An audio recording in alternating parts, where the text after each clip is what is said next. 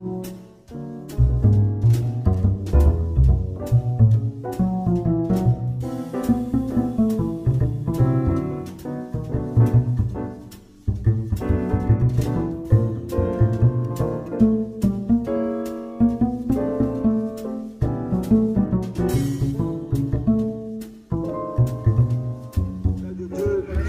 vous.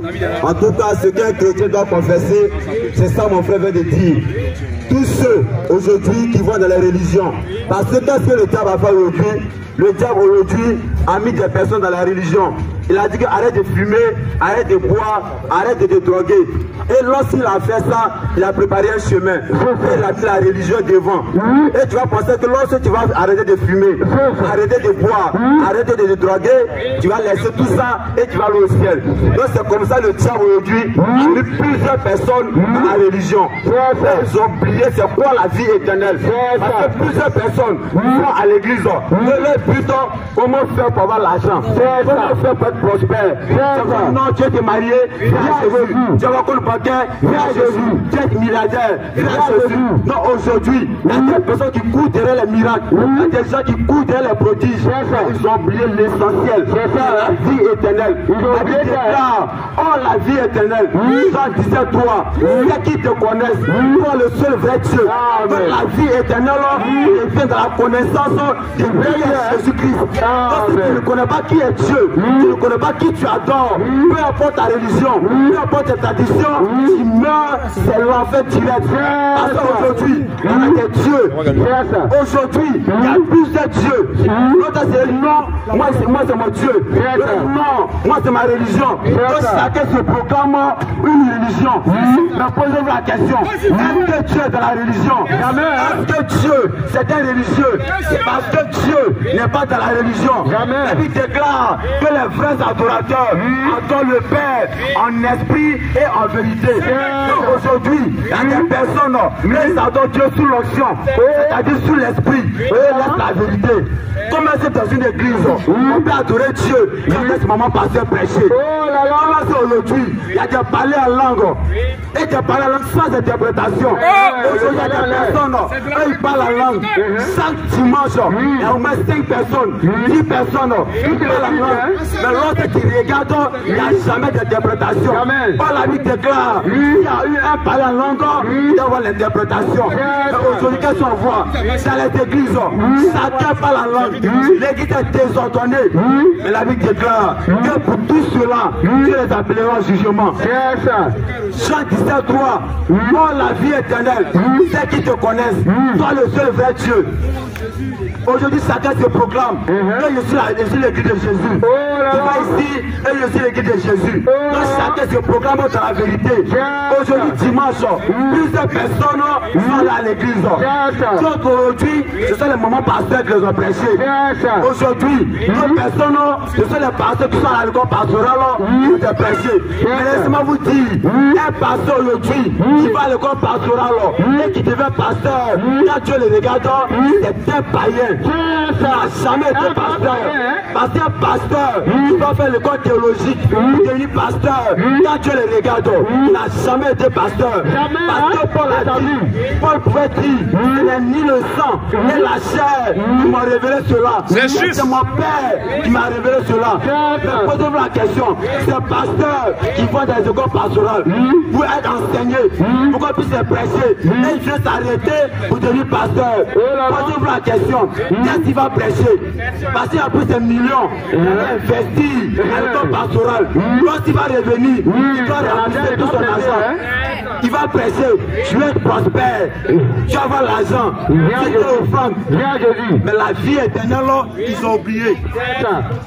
Les gens ont oublié la vie éternelle. On va lire Jacques 5, verset 24. Jacques 5, verset 24. Jean 5, 24. Vas-y, frère. Jean 5, 24. Jean 5, 24.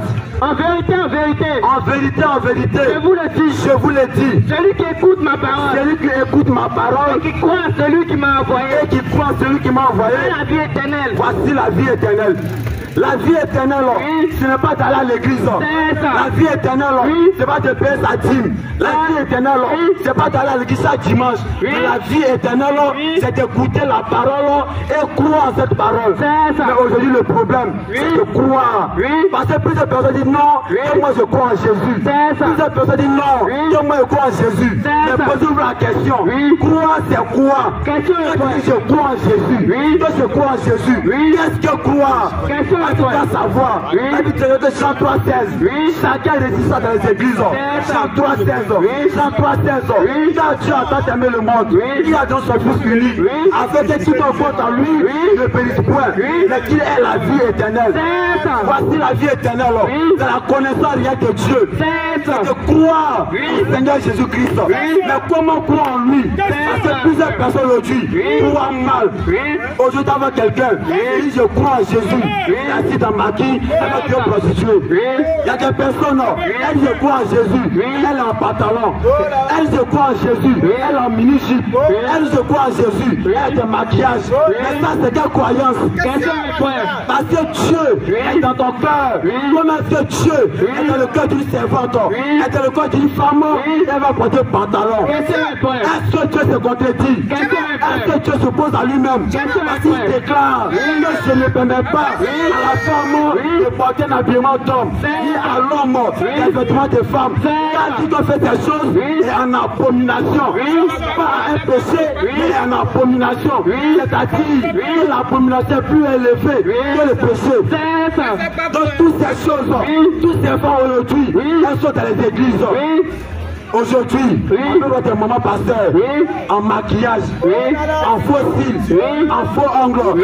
Elle devient maman pasteur, maman prophétise, maman bénis-moi. Et aujourd'hui, tous ces femmes sont remplies à l'église. Ils vont dans le coin de bus, elles sont là-bas. À la finance, elles sont là-bas. Quand Dieu dit que je ne permets pas à une femme de prêcher, je ne permets pas à une femme d'enseigner. Aujourd'hui, on voit des pasteurs. Il laisse la femme prêcher. Mais quand tu regardes ça, c'est une malédiction. Parce que c'est à cause de la prédication de la femme qu'aujourd'hui le péché est entré dans le monde. C'est à cause de la prédication. C'est parce qu'Adam a laissé sa femme bercer dans les jardins d'Éden que le péché est entré aujourd'hui. Et on nous dit aujourd'hui que le péché c'est passé dans le jardin d'Éden. Que c'était pomme. Adam et Ève vont manger pomme sans 25 ans. C'est pour ça que Dieu a pris l'humanité. C'est à cause de pommes 150. Dieu va détruire toute la terre. Si c'est comme ça, on va citer pommes. On met 10 000. On va donner à Dieu. Et puis Dieu va nous donner la liberté. Si c'est ça là, on va faire c'est mieux. Comme ça, on va quitter dans la souffrance. Mais vous aussi, regardez un peu. Comment est-ce que pommes, comment est-ce que 650, on fait des gens en enfer. Au jardin d'Éden, ce n'est pas bon qui a été mangé là-bas. Au jardin d'Éden, c'est ce qu'on voit sur la terre. Au jardin d'Éden, il y avait une femme aujourd'hui.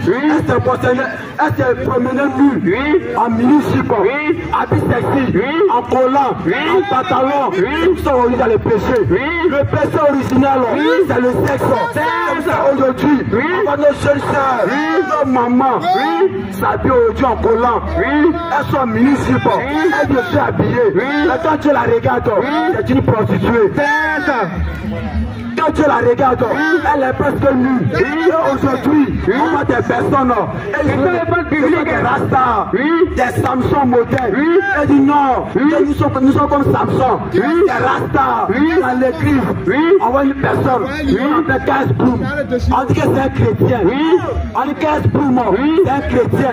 Pourquoi? Elles sont chrétiens. Mais 15 Bloom n'a jamais été chrétien. Parce que Dieu dit que l'homme doit pas avoir de longs cheveux. Mais aujourd'hui, on voit des artistes, on voit des chrétiens, on voit des chrétiens, on voit des nattes, on voit des chrétiens, on voit de longs cheveux. Mais la vie éternelle, ils ont oublié. La Bible déclare que regardez au temps de la fin, il y aura des faux prophètes, il y aura des faux pasteurs, des fausses églises. On dit Jésus revient bientôt. Chaque église chante ça, Jésus revient bientôt. Mais posez-vous la question, si Jésus revient aujourd'hui, il prend quelle église? Parce qu'aujourd'hui, il y a plus de 6 églises sur la terre. L'autre a dit non, c'est que tu es baptiste. L'autre a dit non, c'est que tu es assemblée de Dieu. L'autre a dit non, c'est que tu es catholique. Posez-vous la question, est-ce que Jésus n'est pas les catholiques? Est-ce que Jésus n'est pas les évangéliques? Parce que si Jésus n'est pas les catholiques, les méthodistes, les évangéliques, les christianistes célestes sont perdus. Jésus revient bientôt. Il vient prendre qui? Parce que sous la terre, chacun se proclame être dans la vérité. Sous la terre, chacun se proclame dans la vérité. La Bible déclare que les frères adorateurs adorent Dieu en esprit et dans la vérité. Une église qui laisse les femmes en pantalon n'est pas dans la vérité. Une église qui laisse les femmes avoir des bouts d'oreilles n'est pas dans la vérité. Une église où les pasteur à quatre pastorales n'est pas dans la vérité. Une église où on voit des personnes qui disent on ne mange pas encore, ils ne sont pas dans la vérité. La vie éternelle, c'est de connaître Dieu. C'est de connaître Dieu. C'est d'avoir la connaissance réelle. Qui est Jésus-Christ? C'est là que tu as la vie éternelle. On ne va pas à l'église pour aller à l'église. La Bible déclare que l'église d'autrefois, c'est Samuel les Écritures. C'est moi les disais, c'était exact. Aujourd'hui, il y a quelqu'un qui écrit que non, que mon pasteur a dit, mon prophète a dit. Mais est-ce que mon pasteur a dit? C'est un verset de la Bible. Est-ce que mon prophète a dit? C'est un verset de la Bible. La Bible déclare que consulter le livre de l'Éternel, ni l'un ni l'autre ne manqueront. Mais toi, c'est lorsque le dimanche arrive que tu nettoies ta Bible à l'église. Comment les pasteurs ne vont pas te mentir? Comment c'est les pasteurs ne vont pas te mentir? Aujourd'hui, il y a des personnes qui adorent Dieu et ne le connaissent pas. Plusieurs personnes adorent Dieu, elles ne connaissent pas Dieu. Oh, la vie éternelle, ceux qui te connaissent, toi le seul vrai Dieu. Toi, demande quel est le nom de Dieu et que Dieu s'appelle Dieu. Comment est-ce que Dieu peut s'appeler Dieu? Tu demandes un homme, comment tu t'appelles? Je m'appelle homme. Il n'a rien dit. Dieu ne s'appelle pas Dieu. Il est Dieu parce qu'il est adoré. Dieu fait du sujet d'adoration. Objet d'adoration. Tout ce qu'on adore, c'est ça qu'on appelle Dieu. Mais le nom que Dieu porte, est-ce que toi tu connais? Est-ce que toi tu connais le seul vrai Dieu? Est-ce que 1 Jean 5. Vas-y. 21.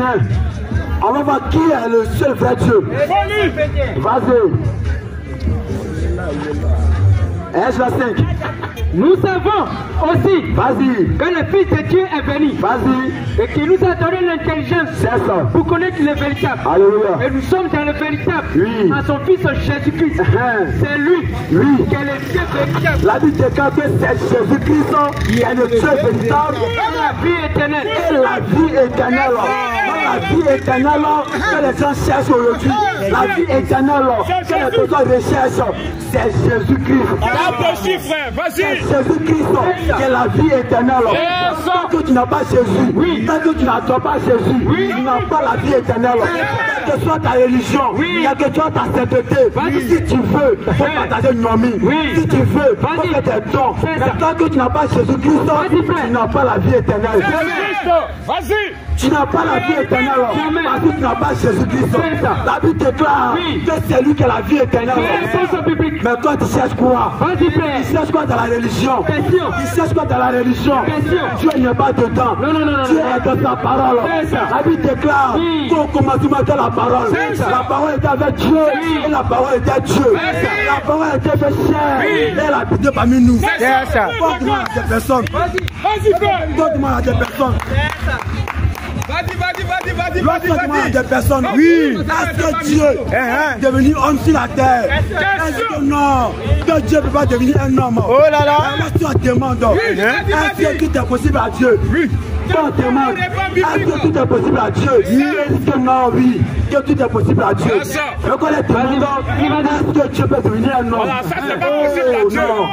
Que ça Dieu va devenir un homme. Voilà. Mais pourquoi est-ce que tu le dis? Que tout est possible à Dieu.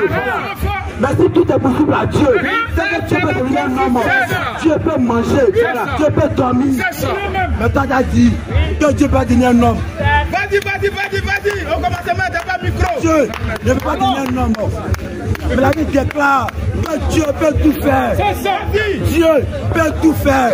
Rien n'est impossible à Dieu. Jamais. Aujourd'hui, à des personnes, ils adorent Dieu sans le connaître. Ils adorent Dieu. Les gens limitent Dieu. On ne peut pas limiter Dieu. Jamais. Dieu peut tout faire. C'est-à-dire, il veut pas un corps humain. Il est venu sur la terre, faire ce qu'il veut et se retourner. C'est ça. Aujourd'hui, il y a des personnes qui veulent Dieu au ciel. Ils disent que où est Dieu? Et que Dieu est au ciel. Avec une barbe blanche, il a une statue. Est-ce que Dieu ne peut pas bouger? Dieu bouge. Il déclare qu'il y a des dieux. Ils ont des pieds, mais ils ne marchent pas. Ils ont la bouche, mais ils ne parlent pas. Ils ont des bras, mais ils ne se mouvent pas. Ils ont des oreilles, mais ils n'attendent pas. Mais le Dieu que nous on adore, le Dieu que nous on sert, le Dieu que nous on cherche, lui, il a vu telle éternité que ses enfants étaient perdus. Que ses enfants partaient vers la mort. Parce que la Bible déclare que le salaire du péché, c'est la mort. La Bible déclare sans effusion de sang, il n'y a pas pardon de péché. Mais comment est-ce que c'est Dieu qui est venu sauver ses enfants? Dieu te prend un corps, Dieu forme un corps dans le ventre de Marie. Il veut sauver l'humanité. Dieu se déplace, Dieu se mouvoie. Mais aujourd'hui, il y a des personnes, il y a des religieux, ils ont bloqué Dieu au ciel. Ils l'ont bloqué, il a des statues. Dieu a une statue, c'est une religion, que Dieu ne peut pas devenir un homme. Mais si Satan lui-même arrive à se déguiser, il est venu sur la terre, et séduit le Fils de Dieu, à combien de raisons, il a été touché la terre. Comment est-ce qu'il ne peut pas devenir un homme? Vous voyez comment la religion, vous voyez comment la religion a blagué plusieurs personnes. Vous voyez comment la religion a trompé plusieurs personnes. Sortez de la religion, sortez des religieux, parce que Dieu n'est pas négligé. D'autres personnes pensent que en allant à l'église, ils vont avoir la vie éternelle. D'autres personnes pensent que étant à l'église, étant un bon catholique, un bon méthodiste, un bon évangélique, ils vont aller au ciel. Mais je vous déclare que Dieu ne connaît pas la religion, que Dieu ne connaît pas un christianisme céleste, Dieu ne connaît pas un catholique, Dieu ne connaît pas un méthodiste, mais Dieu connaît sa parole. Si tu es dans sa parole, tu es dans sa volonté réelle, c'est là qu'il te connaît. J'arrête de voler, j'arrête de mentir, j'arrête de chercher femme. Ça, c'est pas la vie éternelle. Ça, un homme pieux, un homme qui est bien éduqué, il peut faire tout ça. Même les moines, un moine ne fume pas, un moine ne boit pas, il ne cherche pas à vendre de quelqu'un, mais il n'a pas la vie éternelle. Mais posez-vous la question, qui est la vie éternelle? Qui est la vie éternelle? Parce que la vie éternelle, c'est Jésus-Christ. Si tu l'as reçu, tu as la vie éternelle. Aujourd'hui, plusieurs personnes ont peur de mourir. Aujourd'hui, il y a des personnes qui ont peur de mourir. Pourquoi ils ont peur de mourir? Parce qu'ils savent que s'ils meurent, c'est l'enfer direct. Or, nous qui sommes ici, nous avons l'assurance. Parce que quoi? On a Jésus. Mais toi, tu n'as pas Jésus. Il te promène, qu'il va au travail, un bon matin, tu peux taper au caillou et mourir. La mort n'est pas le problème. Mais c'est après la mort que le vrai problème vient. En tout cas, que le Seigneur vous bénisse. Et